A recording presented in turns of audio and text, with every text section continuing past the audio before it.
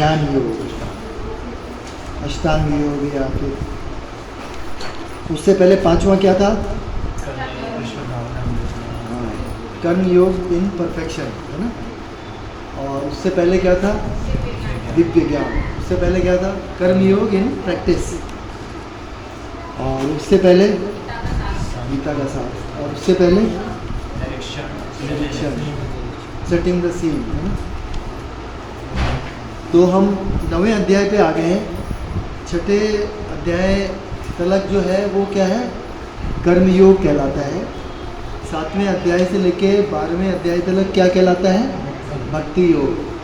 और फिर 13 से लेके 18 तक ज्ञान योग।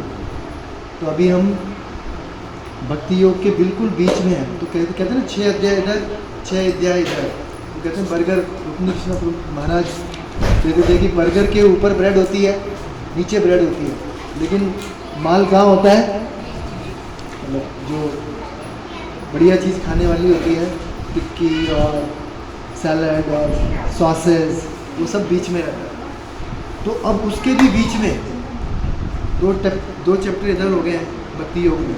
6, 7, 8, 9वां और 10वां कहते हैं ये भक्ति योग के मतलब वो टिक्की है जो आज हम खानी शुरू करें, ठीक है। और श्रील प्रभुपाद भी बताएंगे हमें कि कैसे ये इम्पोर्टेंट है। तो मंगलाचरण करते हैं और फिर उसके बाद अध्याय 9 हम शुरू करेंगे। रेडी?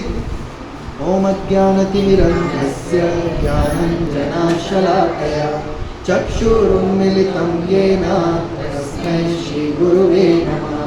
श्रीचैतन्यमनोभीष्टं स्थापितं येन भूतले स्वयं रूपः कदा मह्यं ददाति स्वपदान्तिकम्।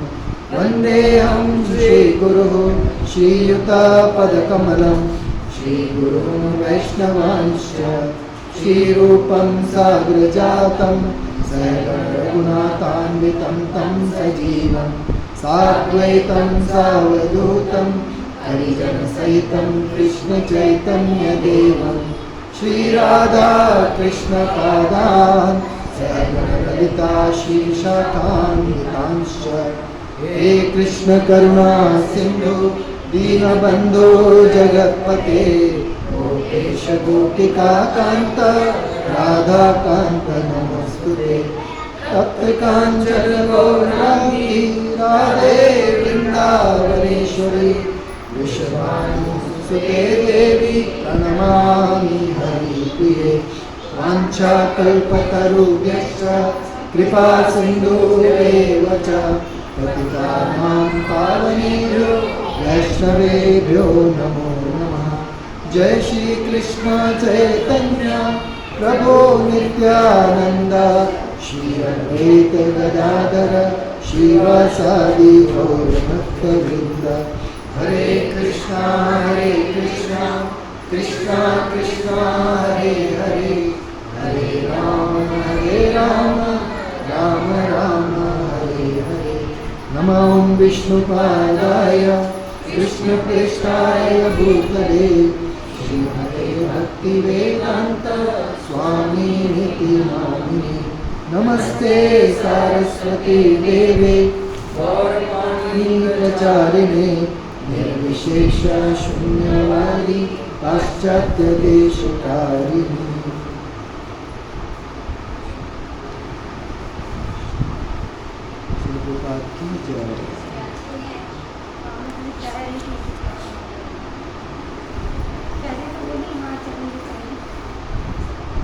अध्याय 9 परम गुह्य ज्ञान। अब क्या होगा? ये गुह्य बोला है, फिर अगले अध्याय में बोलेंगे गुह्यतर, फिर बोलेंगे गुह्यतम। 3 डिग्री हो जाएंगे, गुह्य गुह्यतर गुह्यतम। तो ये गुह्य ज्ञान है, मोस्ट मतलब छिपा हुआ ज्ञान, छद्म ज्ञान, जो कि सबको प्रकट नहीं होता है। ठीक है, मेरे पीछे दोहराइए।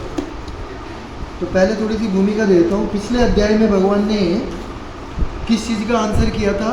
मेन आंसर किया था कि प्रयाण काले मनसा अचलेन, कि जब अर्जुन ने प्रश्न पूछा था, बहुत सारे प्रश्न पूछा था, उसमें से एक प्रश्न था कि मृत्यु के समय वो क्या करे। तो भगवान ने बताया था मृत्यु के समय भगवान का नाम ले, भगवान की भक्ति का आचरण करे, और उससे बताया कि उससे पहले अभ्यास करना होगा। और फिर बताया कि दो मार्ग हैं अष्टांग योगी के जाने के लिए, एक प्रकाश का मार्ग और एक अंधकार का मार्ग। लेकिन फिर बाद में 27-28 श्लोक में बताया कि जो भक्त है उसको ये सब न तो अंधकार के मार्ग से जाने की ज़रूरत है, न तो प्रकाश के मार्ग से जाने की ज़रूरत है। वो स्वयं ही जहाँ जाना है वहाँ पहुँच जाएगा। ठीक है, तो वो भक्त बनने के लिए क्या करना होगा, उसमें भगवान अब यहाँ पे कंटिन्यू करें। अभी अर्जुन ने कोई प्रश्न नहीं पूछा, अब भगवान ने सीधा कंटिन्यू कर दिया कि वो जो भक्त है जिसको न तो अंधकार के मार्ग से जाना है, न प्रकाश के मार्ग से जाना है, वो कैसा भक्त होगा, वो भक्त कैसे बन सकते हैं, वो यहाँ से हम मिलेंगे। तो पहले जो 2-3 श्लोक हैं वो लगभग 7वां अध्याय है ना, 7वां अध्याय और 9वां अध्याय लगभग एक ही जैसे हैं। जैसे और कौन सा अध्याय ऐसा है, 2 अध्याय गीता के जिसमें एक ही बात कही जाती है, कर्मयोग। तीसरा और 5वां अध्याय उसमें भी लगभग ऐसा ही है कि वो भी कर्मयोग है, वो भी कर्मयोग है, लेकिन वो कर्मयोग क्या है, इन प्रैक्टिस, अभ्यास के स्तर पर। और 5वें अध्याय में क्या है कि जब करना कर्मयोग ही है, लेकिन कृष्ण भावना अमृत जब हो जाएगा व्यक्ति, तब कैसा कर्म करेगा। ऐसे यहाँ पे भगवान के ऐश्वर्य बताए 7वें अध्याय में, ठीक है ना, वहाँ से भक्ति योग शुरू हुआ। अब उस भक्ति योग में जो स्थित है व्यक्ति, वो कैसे कार्य करता है, वो यहाँ पे ठीक है। तो ये दोनों के बीच में कनेक्शन है। और जैसे 7वें अध्याय में भी भगवान ने सबसे पहले कहा था कि भाई अब मैं तुम्हें वो ज्ञान देने जा रहा हूँ जो पहले कभी दिया नहीं है, अब वो मुझसे सुनो। यहाँ पे भी बोल रहे हैं, जब हम इसको बोलेंगे तो वो बोला था कि मैं पहले कभी बताया नहीं, यहाँ पे बोलेंगे ये गुह्य ज्ञान है ना, ये भी कभी बताया नहीं। मेरे पीछे बोलो, श्री भगवान उवाच इदं तु ते गुह्यतमं प्रवक्ष्यामि अनसूयवे ज्ञानं विज्ञानं सहितं यत् ज्ञात्वा मोक्षसे अशुभात्। कोई बोलना चाहते हैं आप में से? हाँ। इदं तु ते गुह्यतम श्री भगवान उवाच इदं तु ते गुह्यतम प्रवक्ष्यामि अनुसव्य ज्ञानं विज्ञानं सहितं यत् ज्ञात्वा मोक्षसे अशुभात्। बड़ी श्री भगवान ने कहा, श्री भगवान ने कहा, हे अर्जुन, क्योंकि तुम मुझसे कभी ईर्ष्या नहीं करते, इसलिए मैं तुम्हें यह परम गुह्यतम तथा अनुभूति बतलाऊंगा, जिसे जानकर तुम संसार के सारे क्लेशों से मुक्त हो जाओगे। हाँ, तो हमने बात करी कि भगवान ने कहा कि जो मेरा शुद्ध भक्त होगा उसको न तो किसी अंधकार के मार्ग से जाने की जरूरत होगी, न प्रकाश के मार्ग से। तो अब वो शुद्ध भक्त कैसे बना जाएगा उसके बारे में भगवान बोल रहे हैं। तो कह रहे हैं कि अब मैं तुम्हें जो बता रहा हूँ वो परम गुह्य ज्ञान है और अनुभूत ज्ञान है, ठीक है, मतलब वो रियलाइज्ड नॉलेज है। और तीसरी चीज़ है इसमें कि तुम मुझसे कोई ईर्ष्या नहीं करते हो, इसलिए मैं तुम्हें बता रहा हूँ, ठीक है। तो पढ़ते हैं इसका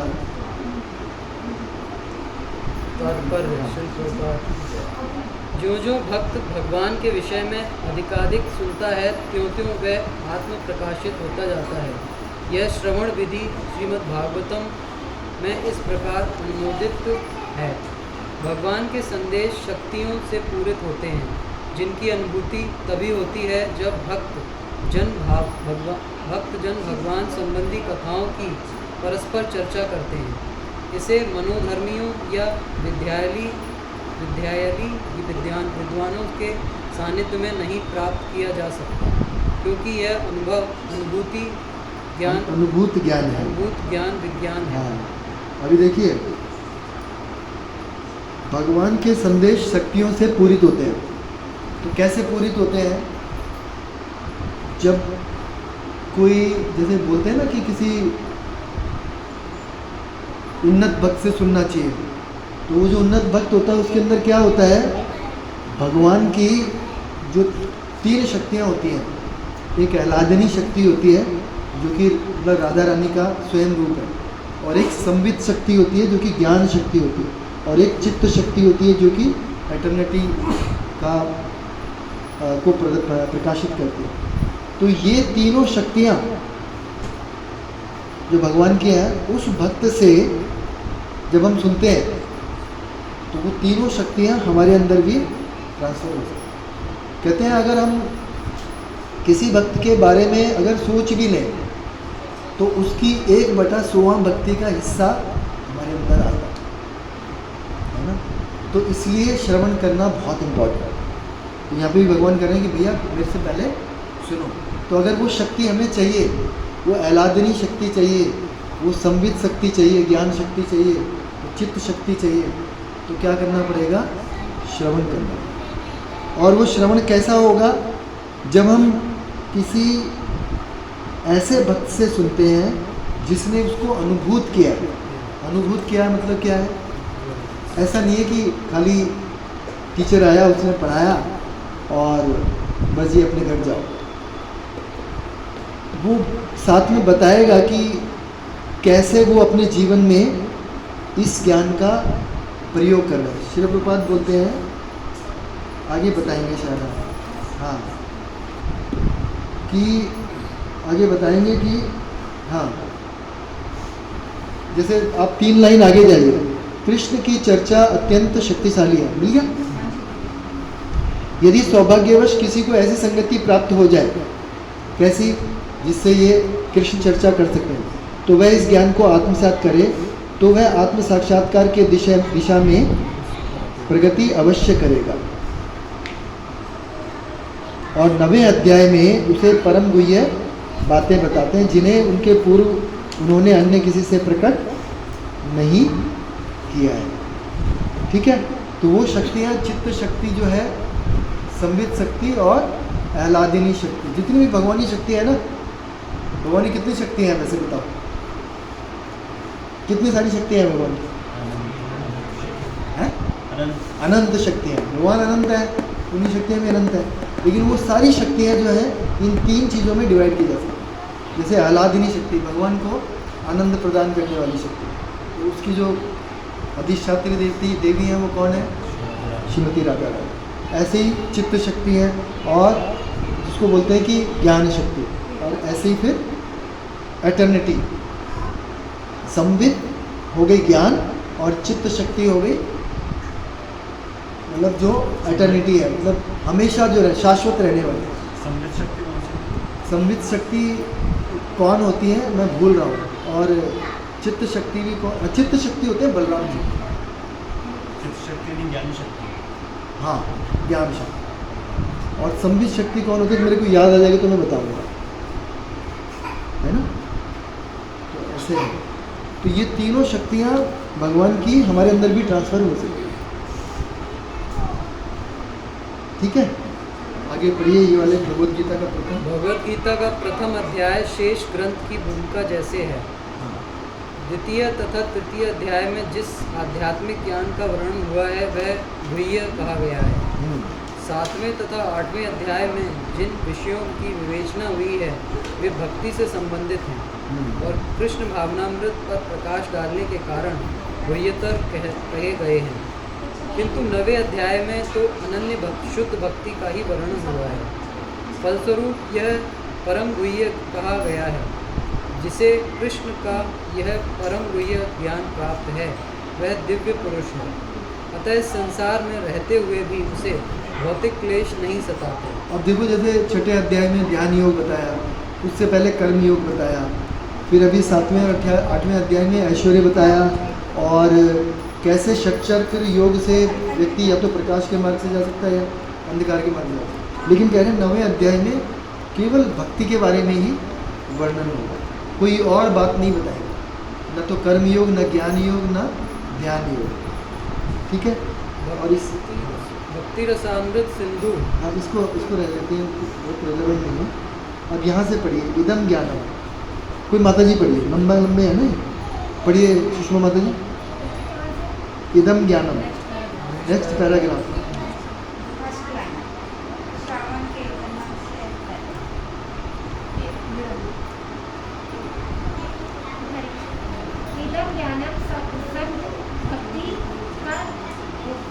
योग तक है।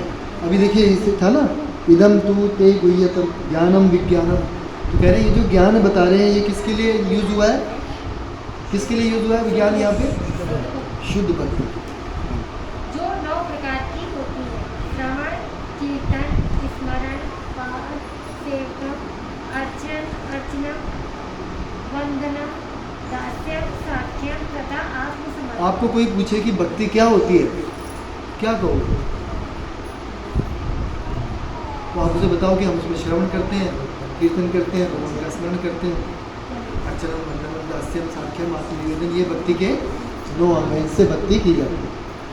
भक्ति के इन 9 तत्वों का अभ्यास करने से मनुष्य आध्यात्मिक चेतना अथवा कृष्ण भावना में तक उठ पाता है। इस प्रकार जब मनुष्य का हृदय भौतिक कर्म से शुद्ध हो जाता है तो वह कृष्ण विद्या को समझ सकता है। अब ये लाइन बड़ी आगे की जो लाइन है ना, वो बड़े ध्यान से सुनिएगा। बोलिए माता जी। केवल यह जान लेना कि जीव भौतिक नहीं है, हाँ। पर्याप्त नहीं होगा। जीव भौतिक नहीं है, पर्याप्त नहीं है, मतलब क्या है, क्या हुआ इस लाइन का मतलब? यह पर्याप्त नहीं है कि जीव भौतिक है, यही जानना पर्याप्त नहीं है। ये ज्ञान पूरा नहीं है। हाँ, ये ज्ञान पूरा नहीं है, मतलब मैं आत्मा हूँ, मैं शरीर नहीं हूँ, ये नॉलेज का बिगिनिंग स्तर है, ये पर्याप्त नहीं है। ठीक है, हाँ।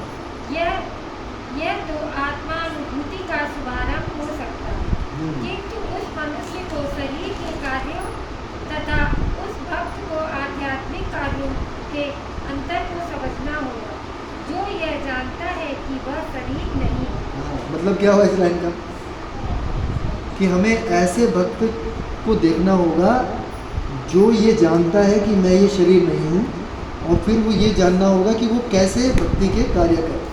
तो जैसे हम कृष्णा कॉन्शियसनेस में करते हैं, यही करते हैं, है ना, हम भक्तों के संग करते हैं, इसीलिए भक्तों के साथ में सुनते हैं, उनसे श्रवण करते हैं, और वो जो प्रैक्टिस कर रहे हैं हम पूछते हैं उनसे, भाई आप कैसे कर पाते हो, या दूसरे भक्त से भी पूछते हैं, आप सुबह 4 बजे कैसे उठते हो, आप कैसे अपनी माला सोला करते हो, कैसे आप ध्यानपूर्वक करते हो। तो ये हमें उनसे पूछना होगा, ये अनुभूत ज्ञान है, रियलाइज नॉलेज। ये ऐसा नहीं है कि खाली मैं पढ़ूंगा तो मेरे को समझ में आ जाएगा, हमें लोगों से पूछना पड़ेगा आप कैसे कर रहे हो। ठीक है, अपने घरों में बैठ के बात नहीं बनेगी। ठीक है, हाँ। 7वें अध्याय में भगवान की ऐश्वर्यमयी शक्ति, उनकी विभिन्न शक्तियों, परा तथा अपरा तथा इस भौतिक जगत का वर्णन किया जा चुका है। अब 9वें अध्याय में भगवान की महिमा का वर्णन किया जाएगा। शुद्ध भक्ति का वर्णन किया जाएगा। हाँ, रम्या माता जी आप पढ़ो।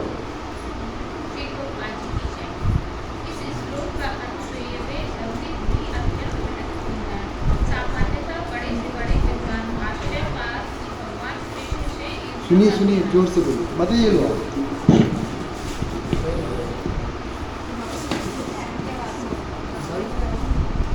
श्री प्रभुपाद जी की जय।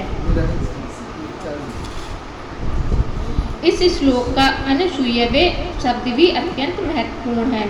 सामान्यतः बड़े से बड़े विद्वान भाष्यकार भी भगवान कृष्ण से ईर्ष्या करते हैं। यहाँ तक कि बहुश्रुत विद्वान भी भगवत गीता के विषय में अशुद्ध व्याख्या करते हैं। अनुसूयवे का मतलब पता क्या होता है? ईर्ष्या, अनिर्ष्या नहीं करना। देखिए यहाँ पे है ना, प्रवक्ष्यामि अनुसूयवे, कि तुम मुझसे ईर्ष्या नहीं करते हो। अनुसूया मतलब ईर्ष्या नहीं करना, ठीक है, द्वेष नहीं करना। हाँ, पढ़िए। चूंकि वे कृष्ण के प्रति ईर्ष्या रखते हैं, अतः उनकी टीकाएं व्यर्थ होती हैं। केवल कृष्ण भक्तों द्वारा की गई टीकाएं ही प्रमाणिक हैं। कोई भी ऐसा व्यक्ति जो कृष्ण के प्रति ईर्ष्यालु है, ना तो भगवत गीता की व्याख्या कर सकता है, ना पूर्ण ज्ञान प्रदान कर सकता है। जो व्यक्ति कृष्ण को जाने बिना उनके चरित्र की आलोचना करता है, वह मूर्ख है। अतः ऐसी टीकाओं से सावधान रहना चाहिए। जो व्यक्ति यह समझते हैं कि कृष्ण भगवान हैं और शुद्ध तथा दिव्य पुरुष हैं, उनके लिए यह अध्याय लाभप्रद होगा। हरे कृष्ण। तो आप बताइए, अभी हमने पहले भी एक श्लोक सुना था जिसमें बताया गया, भगवान बता रहे थे कि मैं तुम्हें क्यों बता रहा हूँ। 4th चैप्टर में आता है ना, जब भगवान ने बताया कि भाई अर्जुन, मैंने तुम्हें ये पहली बार नहीं बता रहा हूँ, इससे पहले मैंने किसको बताया? विवस्वान को बताया। फिर बताया कि इस तरह से ये एवं परंपरा प्राप्तम इमम राज ऋषियों, कि पहले मैंने ये जो ज्ञान था, ये फिर राज ऋषियों की परंपरा से आगे बढ़ा, लेकिन वो धीरे धीरे छिन्न भिन्न हो गई। लेकिन मैं तुम्हें क्यों बता रहा हूँ? अगले तीसरे श्लोक में बोलते हैं, क्योंकि भक्तो असी में सखा चित्ती, कि तुम मेरे भक्त और सखा हो। तो यहाँ पे बता रहे हैं, तीसरी बात क्या बता रहे हैं? किसको समझ आएगी भगवत गीता? तीसरी बात क्या पता चली हमें? जो ईर्ष्या नहीं रखता, जो भगवान से ईर्ष्या नहीं करता। तो पहले तो या तो भगवान का भक्त होना चाहिए या फिर उनका सखा होना चाहिए। सखा मतलब किसी रिलेशनशिप में होना चाहिए, है ना? कितने प्रकार के रिलेशनशिप कर सकते हैं हम भगवान से? 5 प्रकार के। ठीक बात है ना? बिनु माता जी बताइए कौन कौन सी है? मित्र के रूप में अर्जुन हो गए, ठीक है।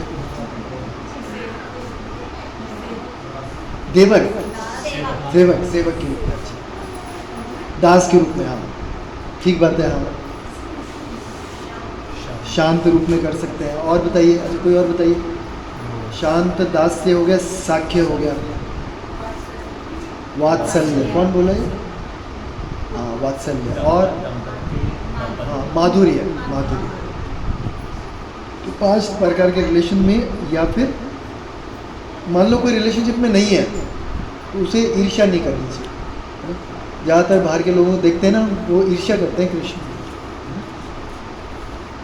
बहुत बोलते हैं भगवान अपने बारे में। ऐसा क्यों बोलते हैं भाई? अर्जुन पूछता है इसलिए बोल रहे हैं। जैसे मैं जब ये अभी मेरा जब भगवद गीता पे 11वें अध्याय पे लेक्चर था, तो भगवान अपने बड़े ऐश्वर्य के बारे में बता रहे हैं। 10वें अध्याय में भी, 11वें अध्याय में भी। क्यों बता रहे हैं? क्योंकि अर्जुन ने पूछा है कि मुझे दिखाओ।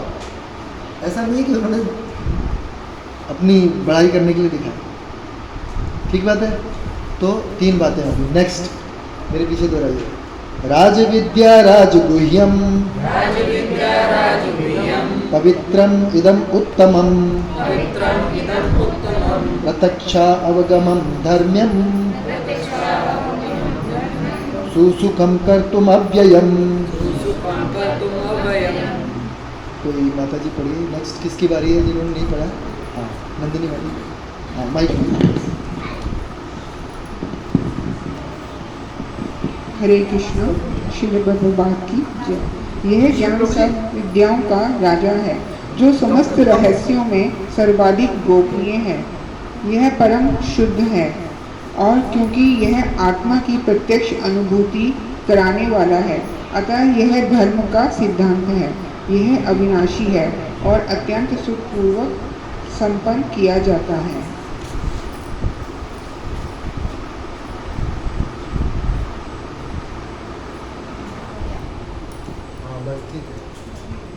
दीजिए मत। तो अब इसमें क्या बताया जा रहा है? शुद्ध भक्ति के 8 लक्षण बताए जा रहे हैं। ठीक है। तो शुद्ध भक्ति को बताया गया राज विद्या। बंद कर दो प्रभु जी, मेरे को नहीं चाहिए।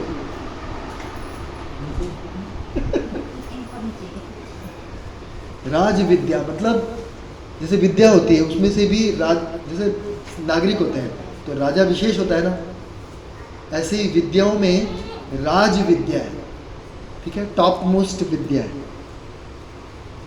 राजगुह्यम, और सबसे गहनतम रहस्य है, ठीक है, पवित्रम, शुद्ध करने वाला है, और उत्तमम है ना, हमें अंधकार से प्रकाश की ओर ले जाने वाला है। और इसको हम अनुभव करके ही जान सकते हैं। कोई कहे ना भाई मुझे भक्ति का पता नहीं चलता कैसे, भाई करनी पड़ेगी, है ना, तब पता लगेगा। धर्म्यम, और रियल धर्म की तरफ ले जाता है। सुसुखम, बड़ा आसान है इसको करना। कर तुम अव्ययम, और इसका कभी भी क्षय नहीं होता है। अव्ययम 8 ही 7 हैं इसमें। 8 है। राज विद्या, राजगुह्यम, पवित्रम, उत्तमम, प्रत्यक्षा अवगमम, धर्म्यम, सुसुखम, अव्ययम। अनुवाद में पढ़ते हैं तो फिर हाँ, प्रभुपाद ने ना शायद एक उसमें 7 ही लग रहे हैं। हाँ।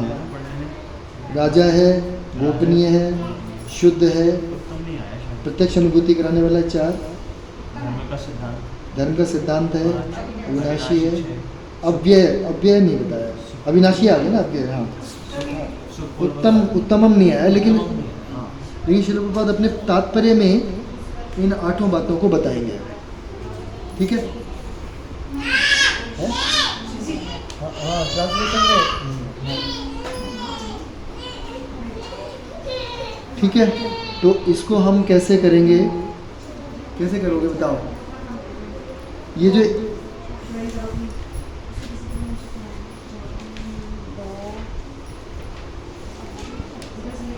बहुत बड़ा परपट भी है, बहुत बड़ा परपट है ना। तो मैं सजेस्ट करता हूँ, कितने लोग हैं हम? 2, 4, 6, 8। माता जी, प्रभु जी, आप दोनों टीम बन जाना, ठीक है? और इधर आप तीनों कर लेना। विनु माता जी आप पीछे कर लेना, तीनों आप तीनों कर लेना। राजरानी माता जी से अभी कैसे करना है? पहला पैराग्राफ जो है ना वो राज विद्या के बारे में बताता है, ठीक है? तो आप कर लेना। आरव आप प्रभु जी के साथ कर लेना, पढ़ना पड़ेगा आपको, ठीक है? या गगन प्रभु जी आप भी इनके साथ हो जाइए। और फिर आप लोग कर लेना तीनों ये दूसरा पैराग्राफ, ठीक है? उसमें क्या बताया गया है कि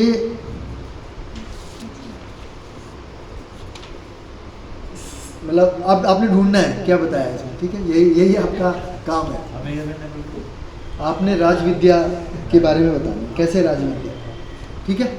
आपने बताना है कि नेक्स्ट श्लोक पैराग्राफ में वो राज विद्या किसके बारे में है, ठीक है सिद्धार्थ प्रभु? किसके बारे में वो राज विद्या है? Second paragraph. एक्चुअली सेकंड और थर्ड भी एक ही है, तो आप दोनों पढ़ लीजिए, ठीक है? सेकंड और थर्ड पढ़। फिर आप दोनों तीनों माताएं, चौथा पैराग्राफ है ना, चौथा पैराग्राफ जो है ना, यह ज्ञान समस्त कार्यों का शुद्धतम रूप है वो, और यहाँ तलक विशुद्धतम कहलाती है। उत्तम लिखा है नीचे, ये जो श्लोक है इसके नीचे 3 लाइन के नीचे उत्तम लिखा है, मिल गया मतलब? उससे पहले तक पढ़ना है आपने, ठीक है? और आपने विनु माता जी और माताओं ने, आपने इन सबके साथ पढ़ना है उत्तमम। बस आपके लिए बहुत छोटा सा है, 5 लाइनें पढ़नी है आपने, या आप प्रत्यक्ष भी पढ़ लो, उत्तम और प्रत्यक्ष पढ़ लो आप, ठीक है? लेकिन प्रत्यक्ष बड़ा है, तो उत्तम और प्रत्यक्ष मतलब आपको मिला उत्तम कहाँ पे है? मीनू बताइए।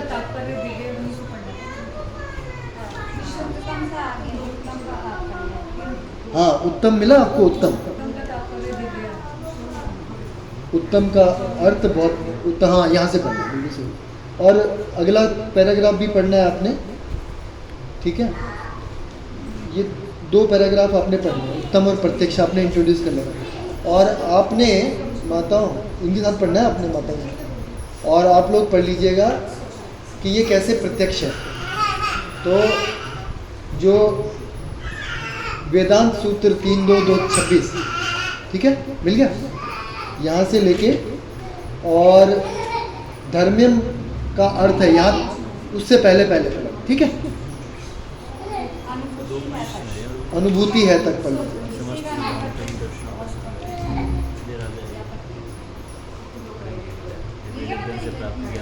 मिल गया आपको?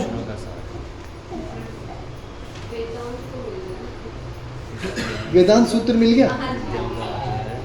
मिल गया ना? बड़ा सा है एक श्लोक, फिर एक बड़ा सा श्लोक है, तत्रा अनवहम कृष्ण कथा। उसके बाद जो पैराग्राफ खत्म होता है प्रत्यक्ष अनुभूति है वहाँ तक, ठीक है। तो यहाँ तक पढ़ लीजिए और फिर हम डिस्कस करते हैं इसको, ठीक है। आपके पास 5 मिनट है, छोटा छोटा ही है। आपका बड़ा है? 10 मिनट बहुत ज़्यादा हो गया। पढ़िए कोई बात नहीं।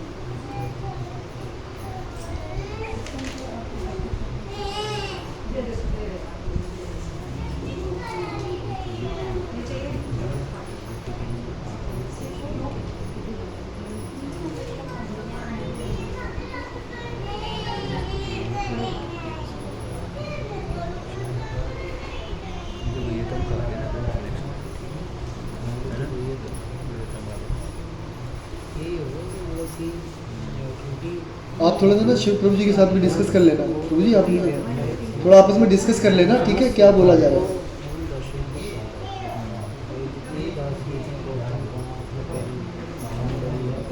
जो भी आपको अच्छा लगता है उसको अंडरलाइन कीजिए और फिर उसको बताइए।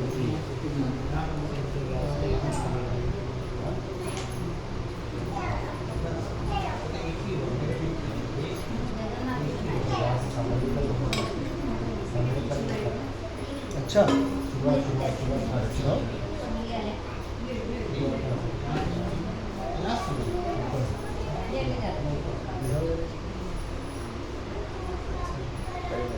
बहुत सुंदर।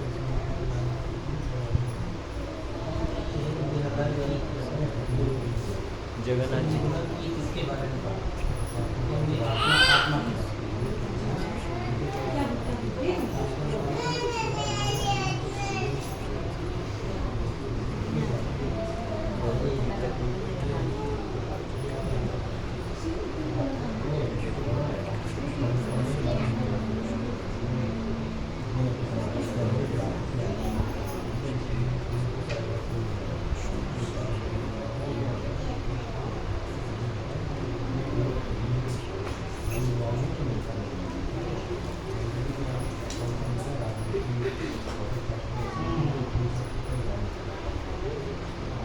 हो गया मतलब आपने पढ़ लिया तीनों?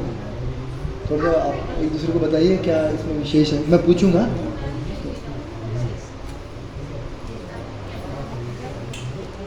वीनू माता जी इनको भी बताओ, ये दोनों माताएं पीछे बैठी हैं हमारी राज रानी हमारी।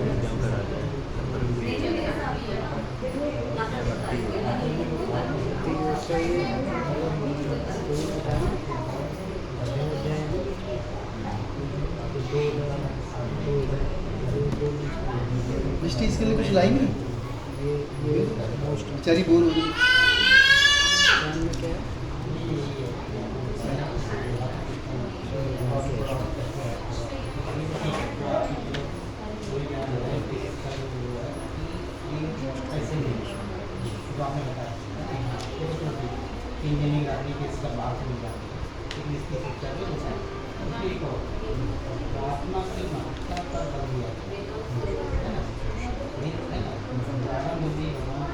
हो गया, पढ़ लिया सबने, कुछ रह गया?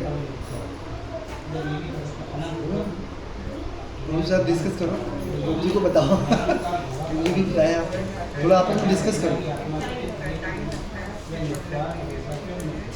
आप लोग भी डिस्कस करो, माता जी से पूछो, आप बताओ।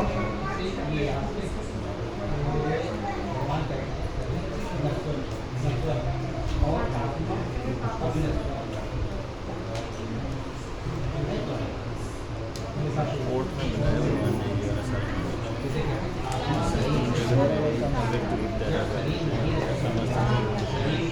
ये वाला नॉलेज परम को ये होगा।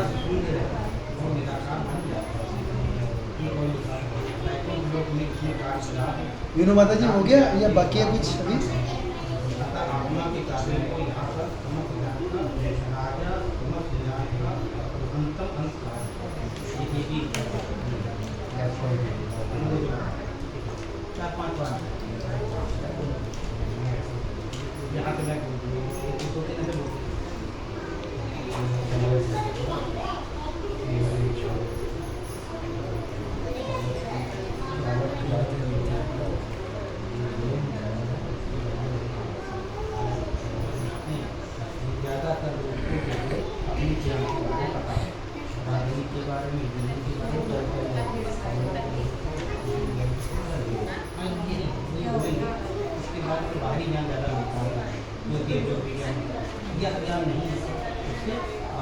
वेदांत सूत्र के अनुरूप उपनिषद वेदांत सूत्र मतलब हो गया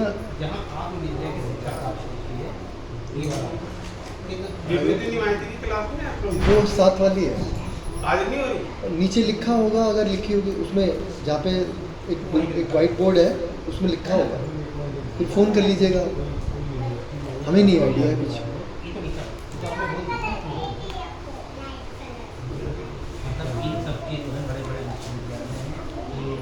ठीक है, चलो हो गया। ठीक है, डिस्कस करें। तो हरी हरी बोल। सुधीर प्रभु जी हो गया। अब आप बताइए।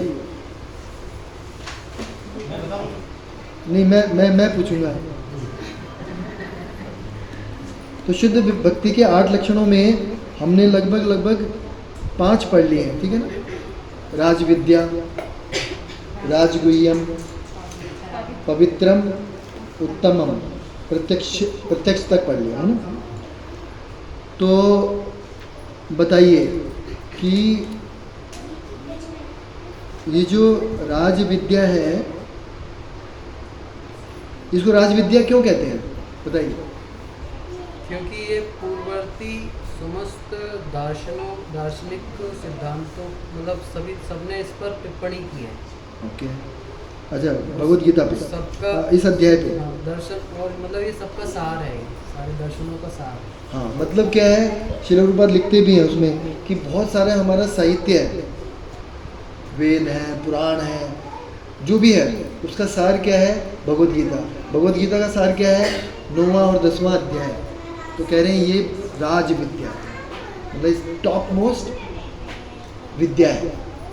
ठीक है, ये हो गया। और कुछ ऐसा इम्पोर्टेंट आप शेयर करना चाहते हो इसके अलावा? ये वेद अध्ययन से प्राप्त ज्ञान एवं विभिन्न दर्शनों का सार है। हाँ, तो वही मतलब कि वेदों को पढ़ के उसका सार पढ़ते हैं। समस्त गुह्य ज्ञान, मतलब जितने भी छद्म ज्ञान है जो हमें पता नहीं है, उसका भी सार क्या है, भगवद गीता का ये 9वां और 10वां अध्याय है उसमें। ठीक है, अभी बताइए कि राजगुह्य कैसे है, मतलब ये टॉप मोस्ट रहस्य कैसे है, बताइए। किसके बारे में बात हो रही है? ये गुह्य ज्ञान की शिक्षा के बारे में। किसके? गुह्य ज्ञान। वो गुह्य ज्ञान किसके बारे में? आत्मा के बारे में। बहुत सारे लोगों को ये पता ही नहीं होता कि आत्मा भी कोई चीज़ होती है ना। जैसे भगवद गीता में 3:42 में अगर आप जाएंगे ना, वहाँ पे बताते हैं, वो आपने फोटो देखी है रथ वाली, चैरियट ऑफ सेंसेस है ना, उसमें दिखाते हैं ये सब इंद्रियां हैं हमारी, घोड़े 5, सबके नाक कान बना रखे हैं, और ये घोड़े से ही अपनी अपनी ऑब्जेक्ट की तरफ जाते हैं।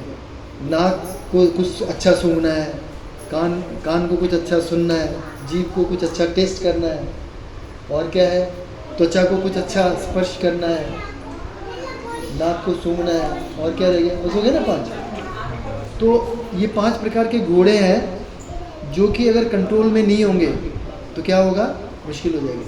तो इसको कहते हैं कि लोगों को केवल यही पता है कि ये भाई 5 चीज़ें होती हैं, इन्हीं को हमें सेटिस्फाई करना है, लेकिन उससे ऊपर क्या होता है, मन होता है। इंद्रियाणी पराणी आहु, कि इंद्रियां स्थूल पदार्थ से उत्तम है, ये ईंट है, इससे इंद्रियां उससे ऊपर हैं, क्योंकि वो हमें ज्ञान प्राप्त कराती हैं। इंद्रियाणी पराणी आहुर इंद्रियेभ्यः परम मना, इंद्रियों से ऊपर कौन है, मन। मन को बोला जाता है इंद्रियों का राजा है, और 11वीं इंद्री भी बोलते हैं। मनसस्तु परा बुद्धि, मन से ऊपर कौन है, बुद्धि होती है, ठीक है। और बुद्धि से ऊपर कौन है, हमारी क्लास में यहाँ अच्छा वैसे ना, बाद में कोई ध्यान नहीं था। अच्छा हमारे सुबुद्धि निवाई की क्लास होती है, हाँ मैं समझ गया। वो चेक भी नहीं करा सर। हाँ आप रुक सकते हो वैसे, लेकिन आपको ना एक बार उनसे बात कर लेनी चाहिए। हाँ तो मैं फोन कर रहा हूँ। हाँ एक बार आप बात कर लीजिए। तो वैसे हम तो बड़े खुश होते थे प्रभु जी जब हमारी छुट्टी हो जाती थी। वो था नहीं रे।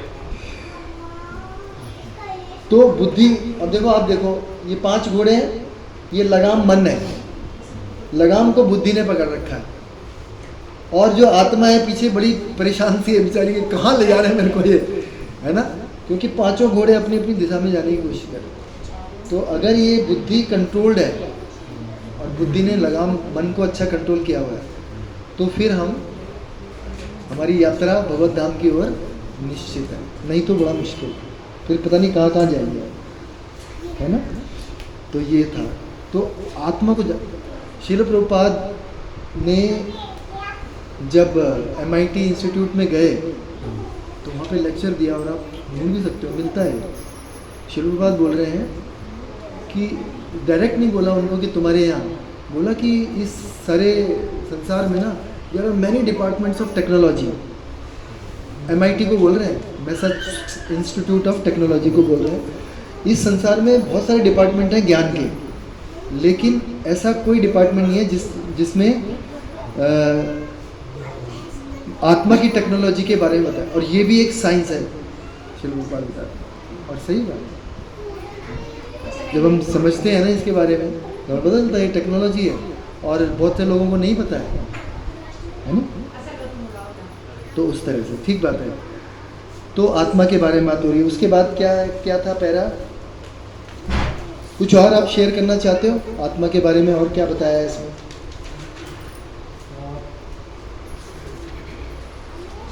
अतः आत्मा के कार्यों को यहाँ पर समस्त ज्ञान का राजा, लोग इसलिए बात भी नहीं करना चाहते ना इस बारे में। हाँ बात नहीं करना चाहते, आफ्टर डेथ या हाँ बात नहीं करते, यस, पता ही नहीं हो गई बात आपकी। कोई बात नहीं, आप बैठ जाइए। वैसे नियम तो यही है प्रभु जी कि पूछना पड़ता है। अब आगे तो भगवान के एक ही बात है, आप भी गुरु। तो कहना आप उनसे कि आपका फोन नहीं लगा, प्रभु जी ने बोला था कि आपको फोन करना है। प्रभु जी आपका नाम विदुर मैत्रेय दास। हाँ लगता है वही नाम लिखा हुआ, और मैं उसमें वो विभूति निभाई पढ़ रहा हूँ, आपका ही नाम होगा। कोई बात नहीं, चलो भगवान, क्योंकि वो मेरे को बोल सकते हैं कि भाई आपने कैसे ऐसे बिठा लिया। नहीं ऐसे बाबा एक ही दिन की बात है। तो कह रहे हैं अतः आत्मा के कार्यों को यहाँ पर समस्त ज्ञान का राजा और समस्त ज्ञान का गुह्यतम अंश कहा गया है। आपने बिल्कुल सही पकड़ा। हाँ कोई और पॉइंट है? लास्ट इम्पोर्टेंट पॉइंट है मुझे, जैसे कि ये आत्मा और शरीर अगर अलग है तो उसके बाद में एक जनरल एजम्पशन भी होता है कि शरीर छूट जाए तो उसके बाद में आत्मा जो है वो शून्य में चली जाती है। हाँ मगर जो वेरी गुड पॉइंट। जो आत्मा शरीर में रहते हुए इतनी एक्टिव है, वो शरीर छूटने के बाद इनएक्टिव नहीं, इनएक्टिव कैसे हो जाएगा? श्री प्रभुपाद ऐसे बोलते हैं। तो ये किसके लिए बोला है? बौद्ध जो धर्म वाले हैं वो ये मानते हैं कि इस शरीर के बाद आत्मा जो है वो शून्य हो जाएगा, उसका कोई एक्टिविटी नहीं होगी। और श्री प्रभुपाद कह रहे हैं जो इस शरीर में इतनी एक्टिव है, शरीर से बाहर निकल के जब उसका स्वरूप आ जाएगा तब वो कैसे, उसका नेचर ही वही है, उसका नेचर ही वही है, शून्य कैसे हो जाए? शून्य कैसे? ठीक है आपका हो गया। अब नेक्स्ट, कैसे ये पवित्रम है, शुद्ध करने वाला कैसे है, बताइए। बताओ, हमारी 3 माताएं हैं यहाँ पे, बताएंगे। जो लोग सकाम कर्मों में लगे हुए हैं हाँ वे पाप पूर्व कर्मों के विभिन्न रूपों एवं अवस्थाओं में फंसे हुए हैं। ठीक बात है। और जैसे बीज जब बोते तो तुरंत नहीं निकलता है, उसमें टाइम लगता है। हाँ तो वो सकाम कर्म कर रहे हैं, तो क्या कर रहे हैं, मतलब अपने कर्मों के बीजों को बो रहे हैं, तो धीरे धीरे वो फलित होंगे, आप ऐसे बता रहे हो। तो ये तो आपने प्रोसेस बता दिया कि कैसे उनको कर्म के फल मिल रहे हैं, कैसे पवित्रम है जो ज्ञान हम बात कर रहे हैं। श्री प्रभुपाद ने क्या बताया कि ये शुद्ध करने वाला कैसे है ये ज्ञान। जो व्यक्ति समस्त पाप कर्मों के फलों का अंत करके भौतिक जगत के बंधनों से मुक्त हो जाता है।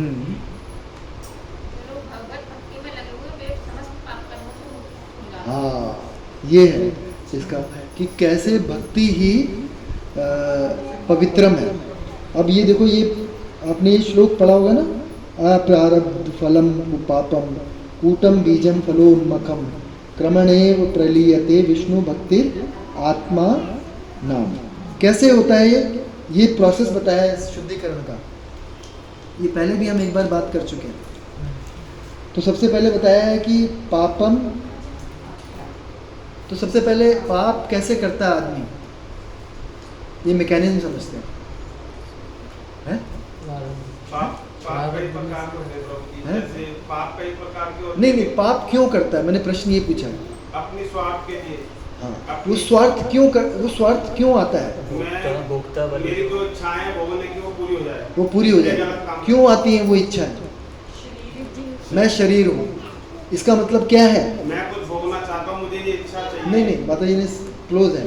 मैं शरीर हूँ, इसका मतलब क्या है? मेरे को ज्ञान, अज्ञान। तो अज्ञान के कारण व्यक्ति अपने शरीर से अपने आप को आइडेंटिफाई करता है।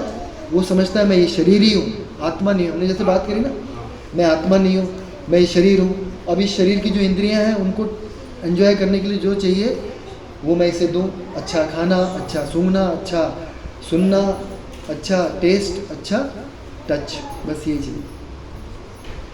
तो अज्ञान सबसे ऊपर लिखिए, अज्ञान लिया सबसे पहले लिखिए अज्ञान। अज्ञान के कारण क्या करता है व्यक्ति? पाप करता है, ठीक है, या पुण्य करता है। ऐसे भी कह सकते हैं, पाप करता है या पुण्य करता है, और दोनों के फल मिलते हैं, है ना। ये कहा जाता है ना, पाप और पुण्य दोनों ही फल देंगे और उसको भोगना पड़ेगा। तो मान लो पाप है या पुण्य है, उसके बाद क्या आएगा? फल आएगा। तो फल क्या है?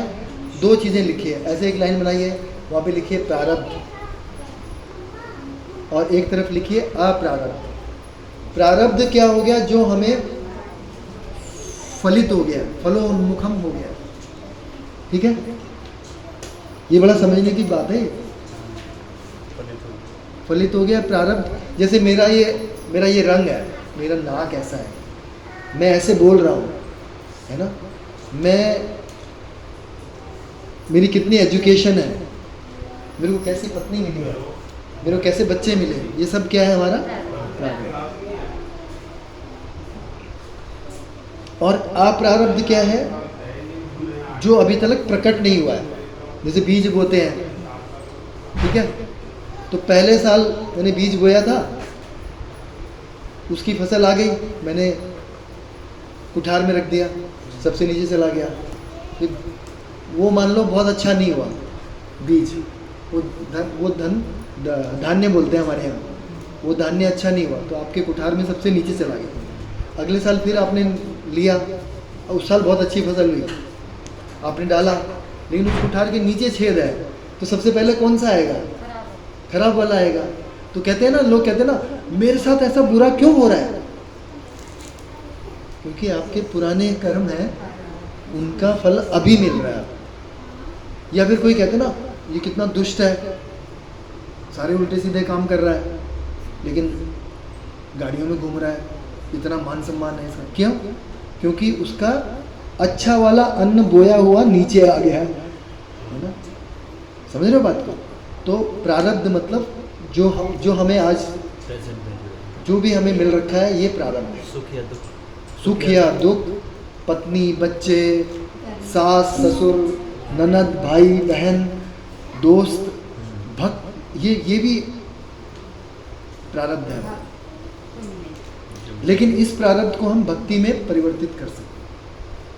अगर मैं इस प्रारब्ध को केवल इस बात के लिए यूज़ कर लूँ कि भाई मैं बहुत अच्छा लीडर हूँ, मैं बहुत अच्छा बोलूँगा, बहुत सारे लोग आने चाहिए, तो ये क्या हो जाएगा, फिर से पुण्य कर्म जैसा हो जाएगा, फिर से उसके कर्म भुगतने पड़ेंगे, वापस आना पड़ेगा। लेकिन यहीं पे बैठ के अगर हमने बहुत अच्छे से भगवान के बारे में चर्चा की, एक दूसरे का उत्साह बढ़ाया आगे बढ़ने के लिए, तो क्या होगा, फिर हम इस प्रकृति को पार कर जाएंगे। तो प्रारब्ध हो गया। अप्रारब्ध क्या होगा, और अप्रारब्ध कुछ टाइम बाद हमें प्रारब्ध देगा, थोड़ा सा डिलेड है। जैसे आम के पेड़ लगाते हैं 3 साल बाद आम, 3 साल बाद आम आता है ना, बैम्बू का लगाते हैं। तब तक आपको बिना आम के रहना पड़ेगा, है ना, लेकिन उसके बाद फिर आम मिलेगा। तो प्रारब्ध, अब प्रारब्ध मिल गया, उसके बाद क्या है, फल तो मिल गया। जो पाप करने की प्रवृत्ति है वो फिर भी शरीर में रहती है। जैसे मान लो मैं पिछले जन्म में कुछ रहा होऊंगा, या कोई भी रहा होगा, और उसने कोई गलत काम किया या सही काम किया या बहुत सारे पुण्य किए, तो फिर से वो आदमी तो बन गया, लेकिन उन पाप और पुण्यों का फल उसे वापस यहाँ पे मिल रहा है। और उसकी जो प्रवृत्ति है पाप करने की, इंद्रियों को भोगने की, वो तो अभी गई नहीं, तो फिर से वो कर रहा है। इसको क्या बोलते हैं, कूटम। पाप करने की प्रवृत्ति नहीं जाती है प्रारब्ध होने के बाद। जैसे मेरे को फल मिल गया भाई, तो मेरा खत्म हो जाना चाहिए ना काम, लेकिन रहता नहीं है। क्यों? क्योंकि मैं फिर से पाप करता हूँ, क्योंकि वो प्रवृत्ति अभी बाकी प्रवृत्ति नहीं जाती, या फिर पुण्य के बीच अच्छा काम करने की प्रवृत्ति, दोनों की नहीं जाएगी। क्योंकि पुण्य करने के लिए, पुण्य मैं किसके लिए करता हूँ, अपनी इंद्रिय तृप्ति के लिए, मेरा मान सम्मान हो, लोग मुझे जाने, ये सब सबसे ज्यादा प्रॉब्लम मन की शरारत होती है। मन की शरारत, ठीक बात है। तो पाप का हमें फल मिल गया, लेकिन उससे शुद्धिकरण नहीं हुआ, प्रवृत्ति अभी बाकी है। वो जो पाप करने की प्रवृत्ति है, उससे फिर क्या होती है, पाप करने की इच्छा जागृत होती है, उसको क्या कहते हैं, बीज। तो जो इच्छा है उसको कहते हैं बीज, ठीक है। अब बीज से फिर, क्योंकि इच्छा है, तो फिर से आदमी क्या करेगा, पाप। तो आप इसको वापस जोड़िए, इसका कनेक्शन पाप से। पाप का मिलेगा फल, प्रारब्ध अप्रारब्ध, प्रारब्ध मिल गए लेकिन कूटम बाकी है ना, मतलब प्रवृत्ति बाकी है, प्रवृत्ति से उसकी पाप करने की इच्छा भी बाकी है, फिर से पाप करेंगे, तो ये चक्र। तो जी कूटम में आपने बताया पाप की प्रवृत्ति है, पाप करने की प्रवृत्ति अभी नहीं गई है, अभी नहीं गई, कुछ टेंडेंसी है, करेगा फिर उसे कन्फर्म मिलेगा उसका। तो वो पाप करने की प्रवृत्ति है, तो उसकी इच्छा जागृत हो जाएगी पाप करने की, तो वो हो गया बीज। बीज बीज बचा हुआ है, वो नहीं गया। लेकिन अगर कोई भक्ति करता है, तो ये जो टेंडेंसी है ना कूटम, ये खत्म हो जाता है, ये जल जाता है। तो जब ये जल गया, तो न तो टेंडेंसी बाकी रही पाप करने की, तो टेंडेंसी नहीं रही, तो फिर इच्छा भी जागृत नहीं होगी पाप करने की। तो क्या होगा, जो भी करेगा वो अकर्म कहलाएगा। अभी क्या है, सकाम कर्म कहलाता है या दुष्कर्म कहलाता है, फिर क्या कहलाएगा, अकर्म, और वो भक्ति कहलाएगा, और भक्ति से वो क्या होगा, भगवान के धाम जाएगा। बात समझ में आ गई आपको? ये चार्ट समझना बहुत जरूरी है कि हमको पाप का फल मिल जाए, लेकिन पाप करने की प्रवृत्ति नहीं जाए। जैसे किसी को शुगर हो गया, लेकिन उसका मीठे खाने की प्रवृत्ति नहीं जाती, जैसे ही उसे 2 दिन दवाई खाने के बाद ठीक लगेगा, बहुत सारी मिठाई खाएगा वो, है ना।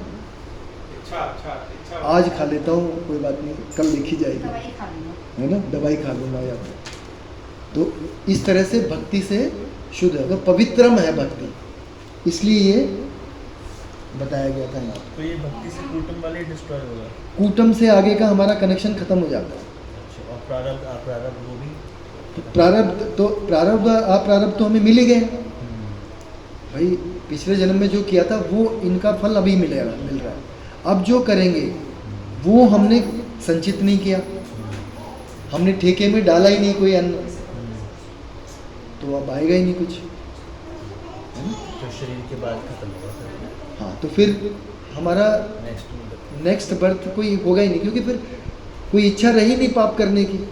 कुछ इच्छा इस जन्म में पाप हो जाती, पूरी हो जाती है पाप करने की, कुछ रह जाती हैं, इसके लिए फिर दोबारा जन्म लेना पड़ता है। लेकिन अब कोई इच्छा रही नहीं तो फिर दोबारा जन्म होगा नहीं।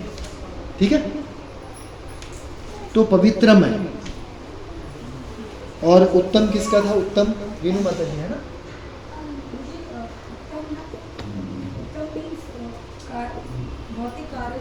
हाँ, तम बोला जाता है अंधकार को। तम मतलब अंधकार है।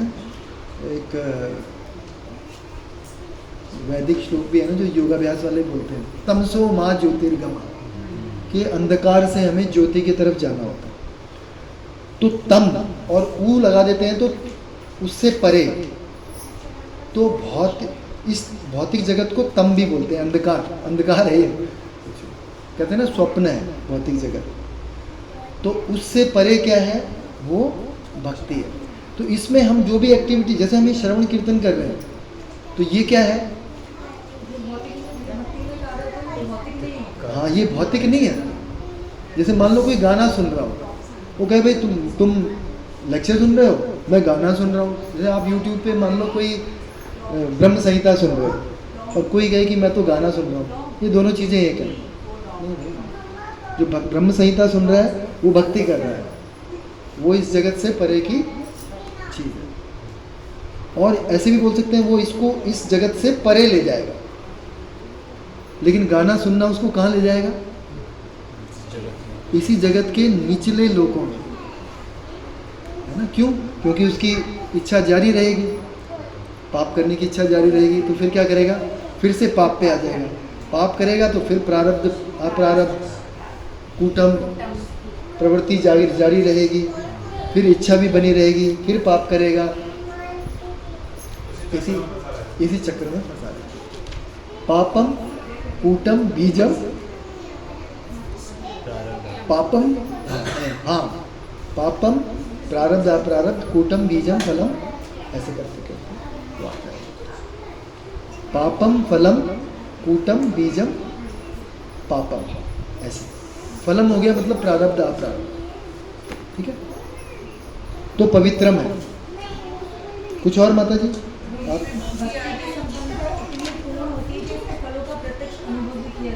हाँ, ये प्रत्यक्ष में आ गया।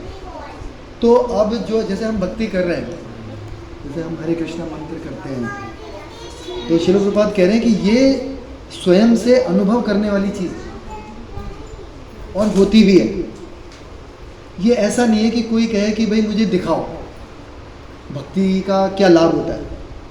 भाई पहले 16 माला करनी पड़ेगी। वो भक्त को ही प्रवृत्ति दृश्य दिखाई देता है जो भक्ति करता है। हाँ, उसी को अनुभव होता है, उसी के साथ जो दुर्घटना होने वाला है उसी से बचाव होता है, उसी को दिखता है, उसी को पता लगेगा। ऐसा नहीं है कि कोई कहे कि मुझे आप बताओ। हम केवल आपको बता सकते हैं कि ऐसा ऐसा होता है, लेकिन आपको समझ आएगी नहीं। ये आपको करना पड़ेगा। कहते हैं ना, ओखली में सर देना पड़ेगा तब जाके। कभी किसी बताते भी है ना, ये है भगवद गीता या भागवत, हाँ, उनको समझ नहीं आता, क्योंकि वो चैंटिंग ही नहीं करी, वो समझ नहीं पाए। भगवान कह रहे हैं 3 योग्यताएं हैं भगवद गीता को समझने की। क्या क्या है? क्या क्या है? हमने अभी पढ़ा था ना, ईर्ष्या नहीं करता, ईर्ष्या नहीं करता, अनुसूयवे। और चौथे अध्याय में क्या पढ़ा था? कि भक्त होना चाहिए और सखा होना चाहिए, मतलब किसी रिलेशनशिप में होना चाहिए। तो जब तक ये रिलेशनशिप नहीं है तब तक वो समझ ही नहीं पाएगा, तब तक वो ये प्रत्यक्ष अनुभव नहीं कर सकता कि भक्ति कितनी सुखकारी है, स्वयं कैसे। ठीक है, और कुछ बताइए। आपने यही पढ़ा था माता जी, और भी कुछ पढ़ा प्रत्यक्ष के बारे में? श्रील प्रभुपाद अपना खुद का उदाहरण दे रहे हैं। देखो, कहते हैं हमने अनुभव किया है, मतलब वो अपने बारे में बोल रहे हैं। ऐसे तो नहीं बोल सकते ना मैंने अनुभव किया। बोल रहे हैं हमने अनुभव किया है, मैंने जब किया है और मुझे वो रियलाइजेशन हुई है, मुझे वो कृष्ण दिखाई दिए हैं, है ना, कि जब कोई व्यक्ति बिना किसी अपराध के भगवान के नामों का, बोलिए हरे कृष्ण कृष्ण कृष्ण हरे हरे, हरे राम राम राम हरे हरे का कीर्तन करता है, उसे जप करते समय जरूर कुछ दिव्य आनंद का अनुभव होता है। और वह उस समय, अब हमारे लिए श्रील प्रभुपाद तो शुद्ध है, हमारे लिए हम थोड़ी देर बड़ा शुद्ध अनुभव करते उस मोमेंट में।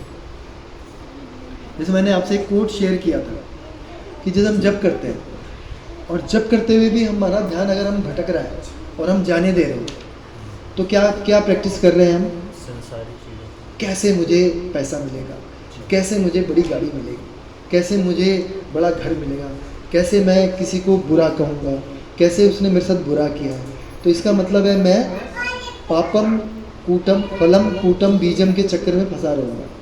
लेकिन अगर उस समय मैंने कल्टीवेट कर लिया कि नहीं, हरे कृष्ण मंत्र का मतलब है हे राधा रानी मुझे भगवान का सेवा दो, हे राधा रानी मुझे भगवान के भक्तों का दास बनाओ, तो मैं उस टाइम अगर इस पे मनन करूँगा तो धीरे धीरे वो स्थिति आ जाए जो आप कल्टीवेट करते हैं। एक बार रुक्मिणी कृष्ण प्रभु जी ने ये शेयर, महाराज ने ये शेयर किया, कहते महाराज हमारे अंदर ना अच्छा डॉग भी है और बुरा डॉग भी है ना। अच्छा डॉग मतलब मैं भक्त बनना चाहता हूँ, बुरा डॉग मतलब मैं आई वांट टू एंजॉय सब कुछ, मैं सारी उल्टी सीधी चीज़ें करता हूँ। तो कौन सा जो डॉग है वो ज़्यादा सशक्त होगा, है ना, कौन सा सशक्त होगा? एक महाराज से प्रश्न किया, महाराज ने किया जिसको आप ज़्यादा खाना दोगे। तो अगर हम कोई बात नहीं, इनको अलाउड है, वेदू को अलाउड है, लेकिन ये क्या बना रही है? अच्छा चक्कर बना दिया है इसने। हम भी चक्कर की बात कर रहे हैं यहाँ पे। तो हम चक्र से निकलने की बात कर रहे हैं। हाँ, हम चक्कर से निकलने की बात कर रहे हैं। मैं क्या बात कर रहा था?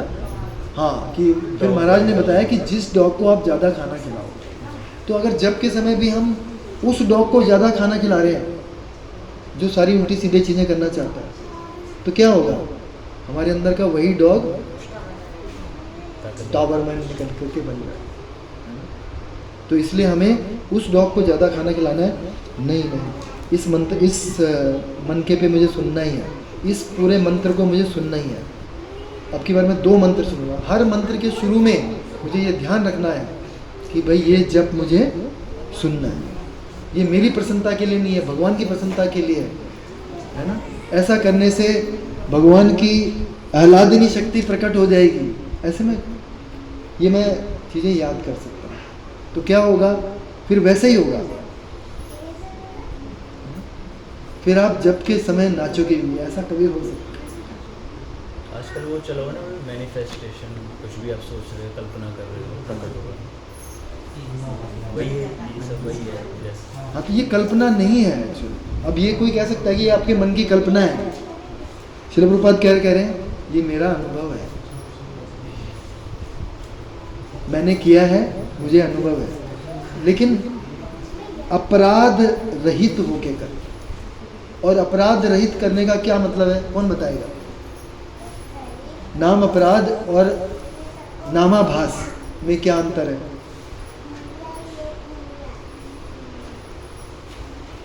नाम अपराध में आपके ये चक्र जारी रहेगा, एट द मोस्ट आप देवलोक में जा सकते हो, लेकिन नामाभास में आपका ये चक्र खत्म हो जाएगा, मतलब मेरा भी। तो क्या अंतर है नाम अपराध और नामाभास में?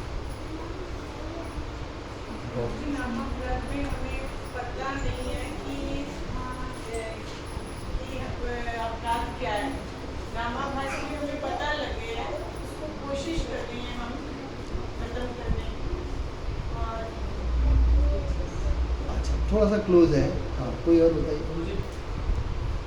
लोगों को लगता है कि नाम अपराध में अपराध क्यों कहते हैं नाम अपराध में? मतलब नाम अपराध भगवान के दूर ले रहेगा, नाम अपराध वास्तव नहीं, नाम कर रहे हो आप, उसमें अपराध क्या है? मेरी अपनी निजी इच्छाएं जो है वो अपराध, इच्छाएं खत्म ना हो, सांसारिक इच्छाएं जो बड़ा सिंपल है। अब मेरी बात समझिए।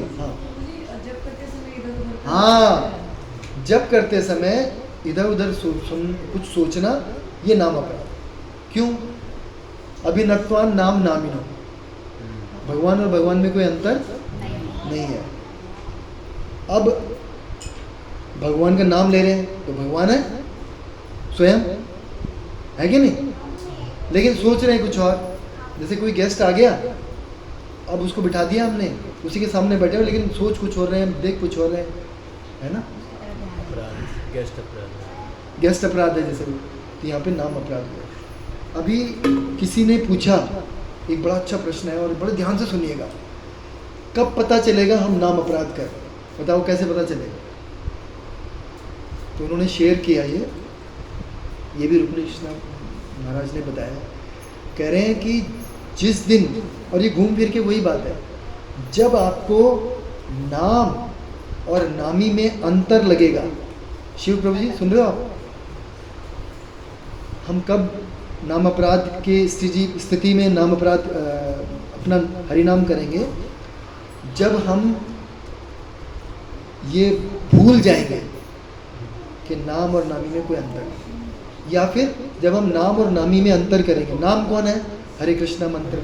नामी कौन है? कृष्ण। जब हम ये सोचेंगे कि ये दोनों अलग हैं, तो क्या है? हम अपराध करेंगे। तब हमारा हरि नाम क्या होगा? अपराध में होगा। बताओ कैसे? बड़ी समझने की बात। मगर अलग क्यों सोचेंगे? नाम उन्हीं का ही तो है, तो अलग कैसे सोचेंगे? नहीं, नाम तो आप जैसे हरे कृष्ण मंत्र हम करते हैं, हरे कृष्ण, लेकिन साथ में कुछ और सोच रहे हैं। यहाँ तक कहा गया है कि मान लो मैं हरिनाम करता हूँ और मैं सोच रहा हूँ कि इससे बढ़िया जाके मैं कोई भगवान की सेवा करूँ, डीटी वर्शिप करूँ। इसका मतलब क्या है कि नाम उतना पोटेंट नहीं है, डीटीज पोटेंट है। हो गया कि नहीं? नाम के प्रति अपराध हो गया कि नहीं? क्योंकि वो नाम को भगवान नहीं मान रहा है, तो यही अपराध का कारण है। और इसका मतलब है अपराध करेंगे ही करेंगे। और सिंपल है, नामाभास क्या है?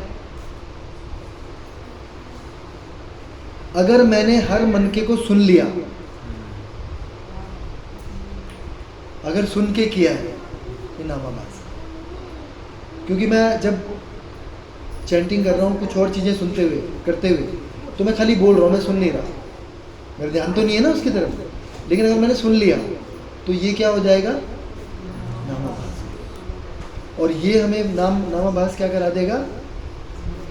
मोक्ष प्राप्त करा देगा मिनिमम। जैसे लोग कहते हैं कि नाम हम जप करते हैं, कैसे भी नाम जप करते हैं, तो समझ लो वो भी हमने जैसे खेत में फसल डाल दी, जैसे चला गया, कैसे भी गया वो नाम चला गया। हाँ, ये हकीकत है। हाँ, ये सही है। लेकिन अगर मैंने अपराध से किया है तो क्या होगा? ये ना हम नए आने वाले भक्तों को बताते हैं, पूछे किसी तरह से करेगा वो, ठीक है? क्योंकि उसको गलत भी नहीं है, क्योंकि भगवान का नाम ले रहा है तो कुछ अच्छा ही होगा। उससे तो अच्छा ही है कि वो कहे कि भाई एक राधे राधे माता जी थी ना, देखे थे आपने, बड़े बड़े पोस्टर लगे, राधे माँ राधे माँ। तो अब राधे माँ बोल रहा है, लेकिन सोच क्या रहा है पता नहीं, तो बड़ा मुश्किल है। तो इसलिए हाँ, वो जब करते हुए ध्यान हो कहीं है या मन हो कहीं भटक रहा है, तो फिर ये अपराध है। ये रुक्मिणी कृष्ण प्रभु जी ने बताया था कि स्टार्टिंग के लिए, बिगनर्स के लिए तो कैसे भी कर लो, कैसे भी कर भाई, किसी भी तरह। क्योंकि अगर वो कर रहा है, ये बहुत बड़ी बात है। आज की डेट में कोई एक्सेप्ट करने को तैयार नहीं है, स्थितियाँ ऐसी सारी। बाहर देखो ना, मतलब माहौल कैसा है। अभी मैं प्रभु जी, मेरा आगे तक छोड़ दो, अब वो 3 बंदे स्कूटी पे ड्रिंक करके वो अपनी उसमें मगन है, कुछ सुनवाई। सब मोह माया में लगे ना, 100 में से भक्ति के आधार पे बता प्रभु जी 20 से 25% मिलेंगे, लेकिन 70% लोग कहते हैं यार मैं तो खुद इतनी टेंशन में ही हो रही। तो अभी हमें क्या करना है, हम भी वैसे ही हो जाएंगे, ऐसे ही हैं जैसे प्रभु जी ने बताया। अगर जप कर रहे हैं और कुछ और सोच रहे हैं, इसको कहते हैं प्रमाद। प्रमाद तमोगुणी माला है। तमोगुण का एक लक्षण है प्रमाद। प्रमाद कहते हैं पागलपन। यू नो ये जो हरि नाम है ये मेरे लिए सबसे इम्पोर्टेंट है, लेकिन उसी को मैं बड़ी बदतमीजी से कर रहा हूँ, तो पागलपन है कि नहीं? लेकिन प्रभु जी तो भगवान किसी ये भी बोलते हैं जैसे ये मन है हमारा बहुत चंचल है, बहुत भटकता है। हाँ। इसे पकड़ के लाओ ये फिर भागेगा, फिर पकड़ के लाओ फिर भागेगा, लेकिन भक्ति करके कृष्णा भाववादी को एक दिन ये बैठ जाएगा। तो भगवान ने ये भी बोला है इस मन को हमें वापस लाना है। भागेगा, इसे खींच के लाओ, इसे खींच 2 बारी 5 बारी 10 बारी गलती करेगा, लेकिन कितनी ये बारी? पकड़ के टिक जाएगा। ठीक है, ये कल्टीवेट कर रहे हैं हम अपने मन को कि भाई भक्ति की तरफ मोड़ो, भक्ति की तरफ। ठीक है, क्या हुआ ये भूल क्या? जाते हैं ना दिक्कत भूलने की बीमारी भी आज सुन लिया भूल मेरे को जाएंगे। 1.5 साल हो गए प्रभु जी, भूलने की बीमारी है। मेरे को 1.5 साल हो गए क्लास में, मेरे को 1.5 साल हो गई, मैं नया नहीं हूँ। हाँ, 1.5 साल हो गई। यहाँ पे 5 साल हो गए हैं और मुझे 13 साल हो गए हैं। अभी भी मुझे भूलने की बीमारी है। मैं प्रमाद में ही हूँ अभी। वृंदावन प्रस्थान में जाता रहता हूँ। तो कभी किसी भी एज में हो सकता है। हाँ 20-20 साल वाले लोग भी यही कह रहे हैं कि मेरा जप अच्छे से नहीं हो रहा। हाँ कुछ हो सकता है, ऐसे भी बोल रहे हो विनम्रतावश, लेकिन स्थिति यही है। तो याद दिलाना है अपने आप को सुबह। मन को 100 जूते मारने का मतलब क्या है कि अपने आप को याद दिलाना है कि भैया ये मेरे लिए बहुत इम्पोर्टेंट, यही जूते मारना है सुबह सुबह। ये मेरे पर कहीं लिखा होना चाहिए, या तो मुझे याद आना चाहिए कि ये मेरे लिए इम्पोर्टेंट है। जैसे आपने बताया कि अभ्यास में हमें एक वर्ड को सुनना है, तो और अपराध के अंदर हमारा बाकी थॉट्स आते हैं। अभी दोनों स्थिति एक साथ चल रही हो? हाँ, तो ऐसे ही होगा। पहले शुरू में आते हैं तो कुछ और ही चलता रहा, पता नहीं क्या चल रहा होता, हम क्या बोल रहे होते हैं हमें पता भी नहीं होता। कुछ दिन बाद हम धीरे धीरे इसी स्थिति में आते हैं कि हमें पता तो चलता है क्या बोल रहे हैं, लेकिन वो सब भी चल रहा होता है।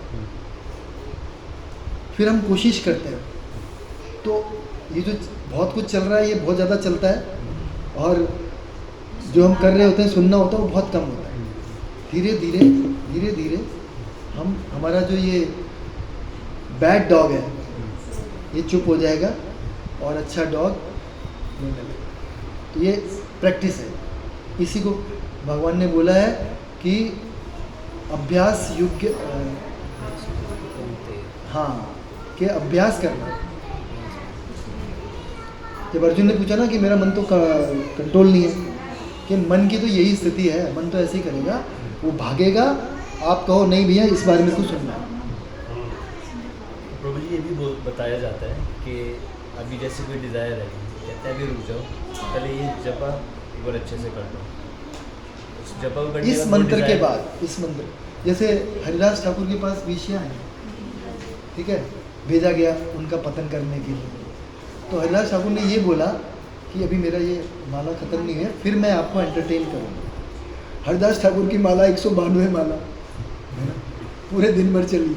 उतनी देर में, क्योंकि उसने इतना सुना, उसका हृदय शुद्ध, बेशक, और वो भी जब तक ऐसी बताते हैं जो मन है हमारा वो वेश्या की तरह है। वो हमें हमसे जो मतलब दुष्ट प्रवृत्ति है ना उनकी तरफ ले जाता है। तो इसको ऐसे करके ही बोलना, इसको बस जैसे छोटा बच्चा है उसको भी हम कहते हैं ना, या तो कुछ उसको एक घेरा दे देते हैं कि भाई तेरे को इसमें करना है। जैसे अब ये बुक पकड़ा रखी है तो कर रहे हैं, लगे हुए हैं। वो डिज़ायर चली जाएगी, वो डिज़ायर इमीडिएटली नहीं जाएगी, पर क्योंकि मैं नाम अच्छे से ले रहा हूँ, धीरे धीरे ये टेंडेंसी चली गई। क्योंकि भक्ति का ये प्रभाव है, क्या करेगी वो पवित्र कर देगी। अगर मैं नाम भास में कर रहा हूँ, ग्रेजुअली प्रोसेस है ना, ये भी हाँ ग्रेजुअली होगा, ऐसा नहीं है कि इमीडिएट हो जाएगा, इसमें भी टाइम लगेगा ना। टाइम लगेगा। मान लो ऐसा भी हो सकता है, किसी ने 192 माला करी, मैंने एक लेक्चर सुना, उसमें बोला प्रभु जी, बच्चा था कॉलेज का, प्रभु जी मैंने 192 माला करी और उसके अगले दिन मैंने 8 घंटे सारी उल्टी चीज़ें देखी, उल्टी सीधी चीज़ें। पॉसिबल है, हमारे साथ भी होता है। तो ये रहेगी स्थिति, लेकिन हमें एटलीस्ट जब के समय अगर हमने ध्यान से सुन लिया तो शिल प्रभुपाद ने हमें यही आज्ञा दे रखी। और क्योंकि शिल प्रभुपाद ने बोला है और शिल प्रभुपाद उनके शुद्ध भक्त हैं, तो भगवान कहते हैं न मे भक्त प्रणश्यति, कह दो भैया कि मेरे भक्त का कभी भी विनाश नहीं होता, उसने जो कहा है मैं उसको पूरा करता हूँ, तो वो पूरा हो जाएगा। चाहे हमारी टेंडेंसी बाकी भी रहेगी, चाहे हम 192 माला करके उल्टी सीधी चीज़ें करें, लेकिन अगर वो बाला हमने ध्यान से सुनते हुए करी है तो हमारा काम है, क्योंकि वो धीरे धीरे हमें शुद्ध कर देगा। शिल प्रभुपाद ने भी इसीलिए बोला। तो प्रभु जी इसमें ज्ञान भी होना चाहिए। ज्ञान ज्ञान ज्ञान ज्ञान किस बात के? मतलब इस मंत्र का ज्ञान ये मैं क्यों कर रहा हूँ, हाँ, ये मैं क्यों कर रहा हूँ, इसीलिए तो हम ये श्रवण कितना ज्ञान इसमें काम करेगा। कुछ कह रहे हैं प्लीज? तो ज्ञान इसमें काम आएगा ना, इसमें ज्ञान का है। ज्ञान क्या है कि भाई मतलब पहले तो हम यही याद करें, याद रख लें, ज्ञान तो हमको मिल रहा है, 5 साल से हम सुन रहे हैं, या 13 साल से, 14 साल 15 साल से सुन रहे हैं, उस समय याद नहीं रहता। तो सबसे पहले अपनी प्रैक्टिस होनी चाहिए कि मुझे याद दिलाना है मैं ये जप क्यों कर रहा हूँ, इससे क्या होगा। इसको मैं अगर हरिनाम ले रहा हूँ तो ये भगवान से अभिन्न है, ये मुझे याद करना। और ये कैसे कर सकते हैं? जैसे हमारा मन इधर उधर जाए, नहीं ये भगवान के बराबर है, अब ये मन का सुनो, ऐसे ही बोलते हैं ना, मन को बोलते हैं कि ये मन का करूँगा उसके बाद तुम्हारी बात कर लूँगा। और बहुत ज़्यादा कह रहे हैं तो आप लिख लो उसके बाद। कहते हैं भगवान कृष्ण अर्जुन को, हे अर्जुन एक ओम पे अपने मन और इंद्रियों को वश में रखो, इसको अपनी आत्मा का अधीन बना दो। ठीक है, तो क्या करना होगा, हमें याद दिलाना होगा सुबह सुबह अपने आप कि मैं ये क्यों कर रहा हूँ, किसके लिए कर रहा हूँ, और इससे क्या लाभ मुझे प्राप्त होने वाला है। पवित्रम शुद्ध करने वाला है, ये मुझे शुद्ध करना। चेतो दर्पण मार्जनम होता है ना, तो ऐसे कुछ श्लोक हम बोल सकते हैं। चेतो दर्पण मार्जनम पवित्रम इदम उत्तमम, ये श्लोक बोल सकते हैं, ऐसे बोलते हैं। तो याद आएगा ना फिर मेरे को क्या करना है, क्यों करना है। ठीक है, कुछ और था पवित्रम के बारे में? और किसका था पवित्रम? ये तो प्रत्यक्ष था, प्रत्यक्ष। प्रत्यक्ष में देखो फिर उदाहरण दे रहे हैं कि नारद जी का उदाहरण दे रहे हैं कि नारद जी ने क्या किया, केवल उन वेदांतियों की सेवा की, उनसे उनकी आज्ञा मांग के उनका उच्छिष्ट खाया, और यही भक्ति का अंग है। भक्तों की सेवा करना भक्ति का अंग है, उनका उच्छिष्ट खाना। इसका मतलब ये नहीं है कि हम आज प्रसाद पाएँ तो एक दूसरे का जूठा खाएं। उच्छिष्ट का मतलब होता है कि भक्तों से सुने, उन्होंने जो सुना है उसको, जो उसकी जो जुगाली करी है और उसको जो फिर निकाल रहे हैं वो हमें प्राप्त करना, वो भक्तों का उच्छिष्ट है। तो हमें ज़्यादा से ज़्यादा श्रवण करना चाहिए भक्तों से, हमें जाके प्रश्न पूछने चाहिए। भक्ति करते हुए घर में हम कुछ काम करते हैं तो हमें कुछ प्रश्न आते होंगे ना मन में, वो हमें लिख लेने चाहिए, और फिर जाके, या फिर कोई अगर आपसे कुछ चीज़ नहीं हो रही है तो पूछना चाहिए भक्तों आप कैसे करते हो, या क्या किया जाए इस स्थिति। ज़्यादा श्रवण करना या फिर क्वालिटी श्रवण करना। हाँ, तो नेक्स्ट क्वालिटी श्रवण का मतलब क्या है? अच्छा चलो फिर आपने छेड़ दिया है ये बात, तो हाँ, तो हाँ क्वालिटी श्रवण के फिर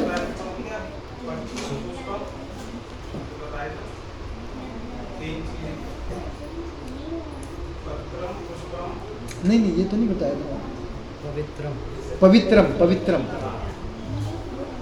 तो श्रवण, अच्छा श्रवण करने का मतलब है कि पहले तो हमने श्रवण कर लिया, जाके फिर उसमें मनन करें, और फिर निधि ध्यासनम। निधि ध्यासनम मतलब कि मैंने एक पॉइंट पकड़ लिया कि भाई मैंने मनन किया, जैसे अभी हम ये मनन ही कर रहे हैं कि भाई याद कर रखना है कि जप के समय मैं किसके लिए जप करूँ। अब निधि ध्यासनम का मतलब क्या है कि मैं क्या स्टेप्स अपनाऊंगा जिससे मुझे वो याद रहे। तो भाई मैं लिख के रखूँगा सामने, हरे कृष्ण मंत्र होगा उसमें लिखूँगा, चेतो दर्पण मार्जनम, कुछ भी हो सकता है, कोई भी श्लोक, ये वाला श्लोक भी हो सकता है, पवित्रम इदम उत्तम, उससे मुझे याद आएगा कि ये मैं, इससे मेरा शुद्धिकरण हो जाएगा। या फिर ये भगवान, या अभिनत्वान नाम नामिनो, ऐसा मैं लिख के रखूँगा ताकि मुझे याद आए। या फिर मैं श्रील प्रभुपाद के साथ जप करूँगा, जैसे मैं कर रहा हूँ और मेरी माला यूँ हो गई आज। हालांकि ध्यान भटकता है, बट मैं उस ग्लानि से बाहर हूँ कि मैं 13 साल बाद भी इतना गंदा जप करता हूँ, तो उससे आप बाहर हो जाओ। और जब ग्लानि रहती है ना तो फिर आप पॉजिटिव नहीं रहते।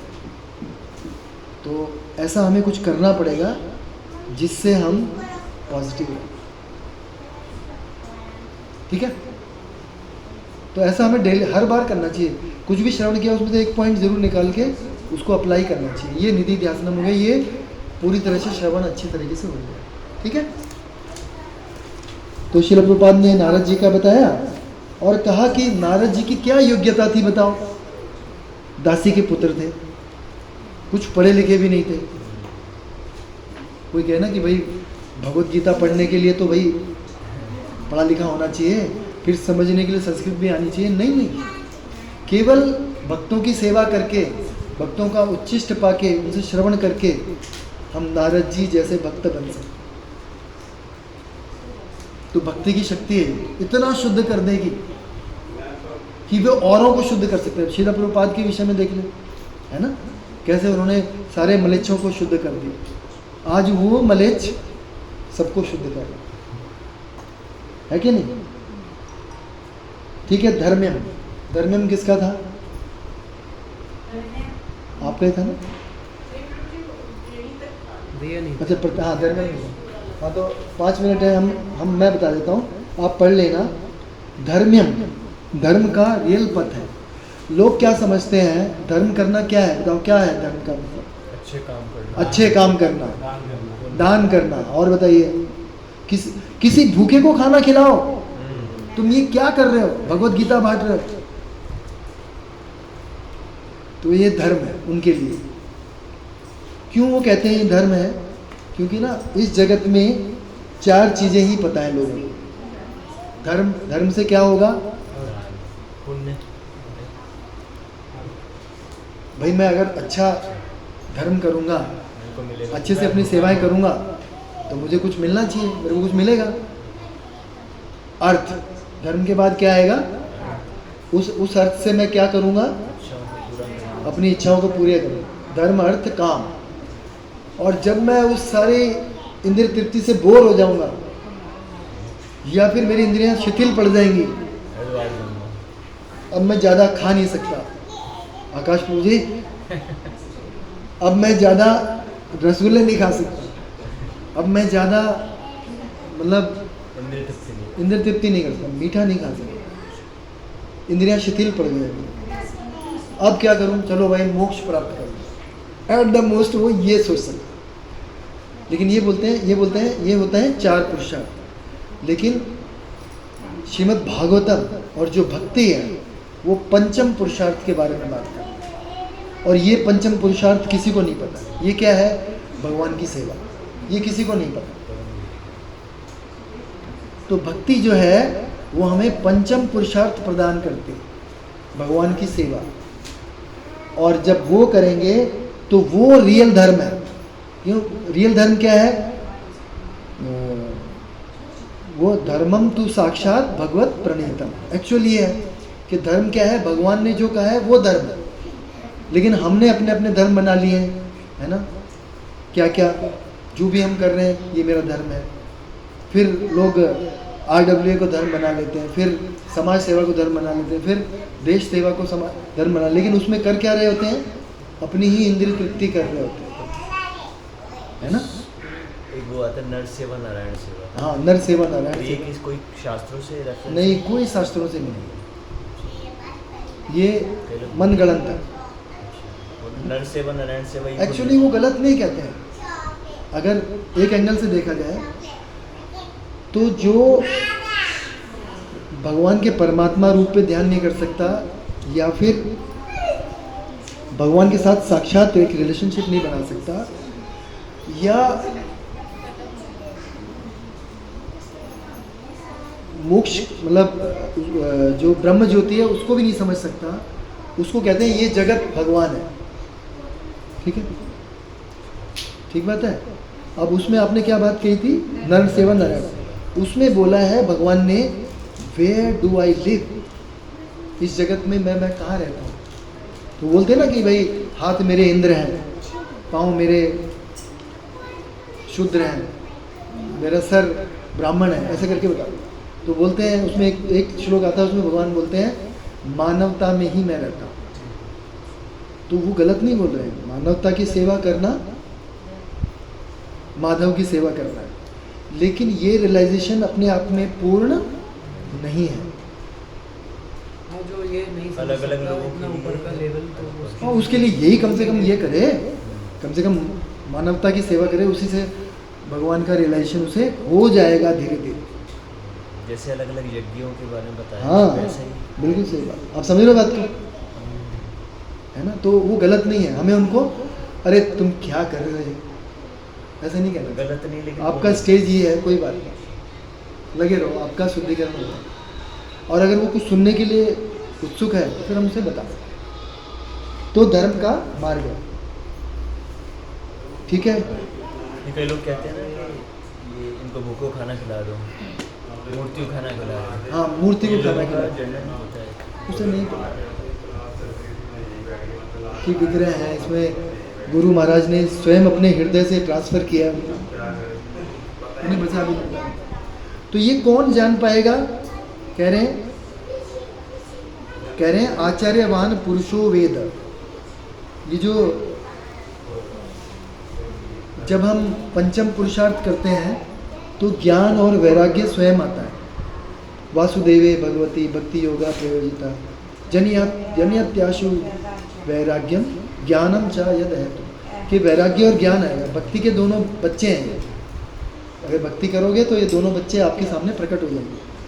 तो लेकिन किसको प्रकट होंगे? आचार्यवान वेदो पुरुष, जो अपने जीवन में आचार्य का जो पालन कर रहा है, आचार्य के इंस्ट्रक्शंस का पालन कर रहा है, उसी को ये प्रकट होनी चाहिए। ठीक है। फिर लास्टली कह रहे हैं सुसुखम है। सुसुखम मतलब बहुत ही इजी है इसको करना। जैसे हम क्या कर रहे हैं? श्रवण कर रहे हैं। किसी योगी को क्या करना पड़ेगा? कहीं जंगल में जाना पड़ेगा, है ना, अपना घर बार छोड़ना पड़ेगा, उसके घर वाले मानेंगे नहीं, कोई उसको पकड़ने आएगा, वो भाग जाएगा, किसी तरह से कहीं पहुंच जाएगा जंगल में, कुछ मिलेगा नहीं खाने, कितना कष्ट है। लेकिन हमें क्या है? घर में बैठ के ही अच्छे से जप करना, सुसुखम है। और क्या है? पत्रम पुष्पम फलम, केवल हम जो हमारे पास है वो भगवान को ऑफर कर दें, ये सुसुखम है। तो ये करना बहुत ही आसान है। कर तुम अव्ययम, और इसका कभी भी क्षय नहीं होता। बताइए, शाश्वत है।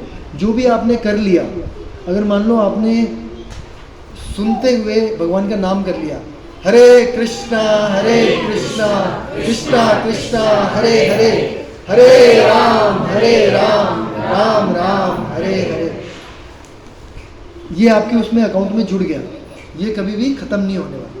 मान लो आपके पास में ऐसा कोई बैंक अकाउंट हो, आप जाओ वहाँ जमा करो, उसमें से पैसे निकालो और उसमें से जो आपने जमा किया था वो बाकी का रहे वहाँ पे, तो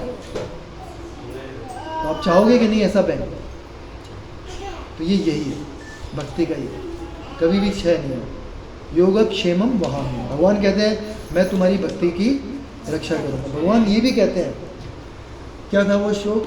स्वल्पम अप्यस्य धर्मस्य त्रायते। इसमें एक जरा सा भी अगर आप थोड़ी सी भी प्रयास करोगे तो उससे क्या होगा? भय, जो महान भय है जन्म और मृत्यु का, वो समाप्त हो जाए। ठीक है, तो ये सुसुखम है। एक मैं देख लेता हूँ कुछ और तो नहीं लगे। हाँ, अब यह है वो। ठीक है, हमने सब बातें डिस्कस कर ली। तो यहाँ पे मैं हम इसको आज विराम दे देते हैं। जगत गुरु श्रील प्रभुपाद की। तो मेरे आप सबसे अनुरोध है कि जो भी हमने आज किया है, मैं आपको 1 मिनट उसका मनन करने के लिए दे रहा हूँ, क्योंकि हमने श्रवण किया है ना। अब हम मनन करें और उस एक्टिविटी को लिखें अपने पास कि मैं ये इसका अभ्यास करूँगा अपने जीवन में। एक चीज़ कोई लिखी, जो भी आपने सुना है, पढ़ा है, करा है, कि ये चीज़ मैं कल से करूँगा। ठीक है, 1 मिनट आपको मिलता है अब, और फिर उसके बाद है महाप्रसाद गोविंद। ठीक है, प्रभु जी अलग अलग लोग तरीके अलग अलग धर्म कर रहे हैं, तो पता कैसे चलेगा कि वो सही है हम सही हैं? हाँ, ये कैसे वो चलिए सही है, सही है। तो आचार्यवान वेदो पुरुष, तो भगवान का रियलाइजेशन उसी को होगा जो आचार्यवान है, जो 5 संप्रदायों में है, वही सही भक्ति कर रहा है, बाकी सब मनगढ़ंत कर रहे हैं। जैसे मेरी एक बार ना इनसे बात हुई, प्रजापति ब्रह्म कुमारी का। मैंने पूछा भाई आपका संप्रदाय क्या है? नहीं, संप्रदाय क्या है? हमारे गुरु सेल्फ रियलाइज्ड हैं, उन्हें ज्ञान ज्योति से प्राप्त हुआ है बस। तो मनगढ़ंत वो टीचिंग सारी उठा रहे हैं, लेकिन उसको बोल सकते हैं मनगढ़ंत। जब तक कोई 4 संप्रदाय में नहीं है। आपको पता है ना 4 संप्रदाय कौन कौन है? हम कौन से संप्रदाय में? ऐसे चलो बताओ, कौन बताएगा?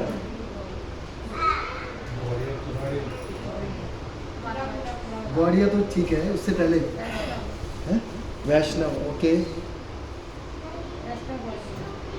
ओके, हमारी परंपरा किन से शुरू हुई? ब्रह्मा जी। तो हमारी परंपरा को क्या बोलते हैं? ब्रह्म मध्व। कलयुग के आचार्य कौन है हमारे? माधवाचार्य। तो ब्रह्म, मध्व, गौड़िया। गौड़िया क्यों बोलते हैं? चैतन्य महाप्रभु गौड़ देश से आए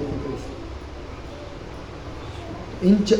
जब भी कोई कहे ना कि मेरे गुरु ने ये बताया, आपके गुरु कौन से संप्रदाय में है, ये प्रश्न होना चाहिए हमारे पास, और उन्हें भी पता होगा। अगर उनके गुरु इन 4 संप्रदायों में आते हैं तो ये प्रामाणिक संप्रदाय है शास्त्रों के द्वारा, और सब कुछ जो है वो या तो इनके ही ऑफशूट होंगे। जैसे वल्लभ संप्रदाय है, वो इनका ऑफशूट है। श्यामानंद संप्रदाय है, वृंदावन में आप जाओगे श्यामानंद मंदिर में, क्या बोलते हैं, श्याम सुंदर मंदिर में, वहाँ पे श्यामानंद जी का विग्रह भी है। तो वो क्या है? वो चैतन्य महाप्रभु से निकले हैं। तो ऐसे बहुत भी हो सकते हैं, लेकिन उनको पता होना। जैसे हमें पता है ब्रह्म, मध्व, गौड़ी। हम गौड़िया हैं, चैतन्य महाप्रभु के फॉलोअर्स हैं, लेकिन शुरू कहाँ से हुई? ब्रह्म से। ऐसे उन्हें पता होना चाहिए। तब वो कहते हैं गुरु की, प्रामाणिक गुरु के बिना मंत्र फलित नहीं। कोई कहे मैं राधा राधा करूँगा, वो लाभ नहीं करेगा जब तक आपको प्रामाणिक गुरु नहीं देगा। मध्वाचार्य द्वैतवादी, और हमारा उन्होंने ना विशिष्ट द्वैतवाद दिया था, और चैतन्य महाप्रभु ने, वो मुझे भी समझ में नहीं आता, अचिंत्य भेदाभेद। तो अचिंत्य भेदाभेद जो है ये द्वैत अद्वैत से तो अलग नहीं होते? नहीं, सेम ही चीज़ है, उसका परिष्कृत रूप है। अद्वैत क्या है कि दोनों में कोई अंतर नहीं है। सुषमा माता जी भी भगवान है, मैं भी भगवान हूँ, और भगवान भी भगवान है। ये हो गया अद्वैत, कि भगवान और जीवात्मा अलग नहीं है। तो अलग तो है, क्योंकि भगवान विभु हैं और हम अणु हैं। हम साइज में कम है, क्वांटिटी में कम है, लेकिन क्वालिटी में हम सेम है। चैतन्य महाप्रभु ने इसको समंजित कर दिया कि हम साइमल्टेनियसली वन एंड डिफरेंट। हम सेम भी हैं, क्वालिटी में सेम है, जैसे समुद्र और समुद्र की बूंद। लेकिन कोई समुद्र की बूंद को कहे कि समुद्र है, बेवकूफ़ है कि नहीं? जैसे मैं लेक्चर में शेयर किया था और आपको भी बताऊँ, एक बार जब अमृतसर में श्रील प्रभुपाद और उनके शिष्य, सिर्फ सुना है आप लोगों ने ये प्रसंग, लेक्चर देने गए तो श्रील प्रभुपाद के एक शिष्य थे, मैं नाम बोल रहा हूँ उनका, गुरु प्रसाद जी थे। तो उनको ना जगह उस आश्रम में नहीं मिली, दूसरे आश्रम में मिले जिसमें कि, और वो ना सर्वधर्म सभा थी, तो उसमें मायावादी भी आ रखे थे। तो उस आश्रम में चले गए जहाँ पे वो मायावादी भी आया हुआ था, और सेम रूम मिल गया जिसमें वो मायावादी ठहरा हुआ। तो सोने की बारी आई तो मायावादी इनके पास में आया और उनको समझा रहा कि देखो भगवान और जीवात्मा एक ही है। अब ये समझा रहे हैं कि नहीं, क्वालिटीज़ में सेम है, क्वांटिटी में अलग है। तो वो माना नहीं, पर तरह तरह से अपने, तो फाइनली उन्होंने ना उसका कंबल ले लिया, उसका कंबल ले लिया। ओ ये क्या हो गया, क्या हुआ?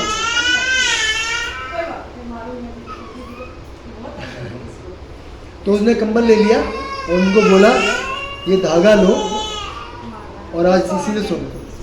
थोड़ी देर तो रहा हो, थोड़ी देर बाद में वापस आ गया, नहीं तुम ठीक कह रहे हो, उसे मान लिया। तो क्वालिटी और क्वालिटी, तो चैतन्य महाप्रभु ने ये समंजित किया कि हम एक भी हैं और अलग भी। और श्रील प्रभुपाद ने बाद में बताया कि एकत्व क्या होता है।